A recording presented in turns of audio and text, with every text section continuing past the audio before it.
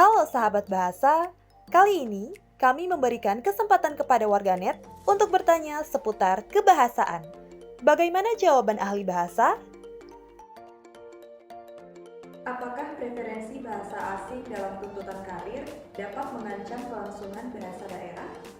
Preferensi atau kecenderungan menggunakan bahasa asing dalam karir menurut saya tidak akan mengancam kelestarian bahasa daerah.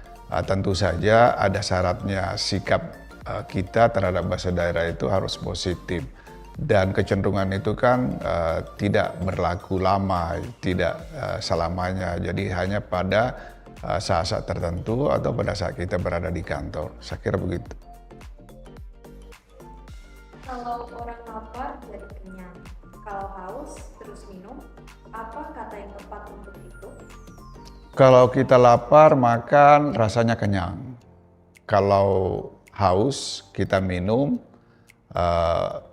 kira-kira pasangannya lega, plong, atau puas. Tentu saja ini bisa kita gunakan sementara waktu, mungkin ada yang lain, tidak apa-apa karena bahasa itu adalah kesepakatan.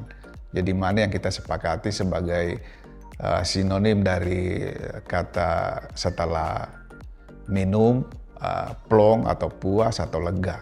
Saya kira begitu. Sepakat tidak di masa depan penerapan Trigatra bangun bahasa sesuai dan tepat digunakan? Trigatra bahasa, utamakan bahasa Indonesia, lestarikan bahasa daerah, kuasai bahasa asing, itu semuanya moto untuk memotivasi masyarakat Indonesia untuk bisa minimal menguasai 3 bahasa, jadi bahasa Indonesia, bahasa daerah, bahasa asing.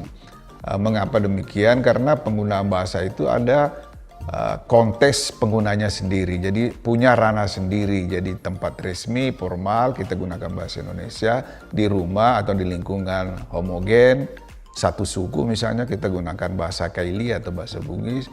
Lalu kita bertemu orang asing atau ketika luar negeri, kita menggunakan bahasa asing sesuai dengan kebutuhan. Saya kira begitu.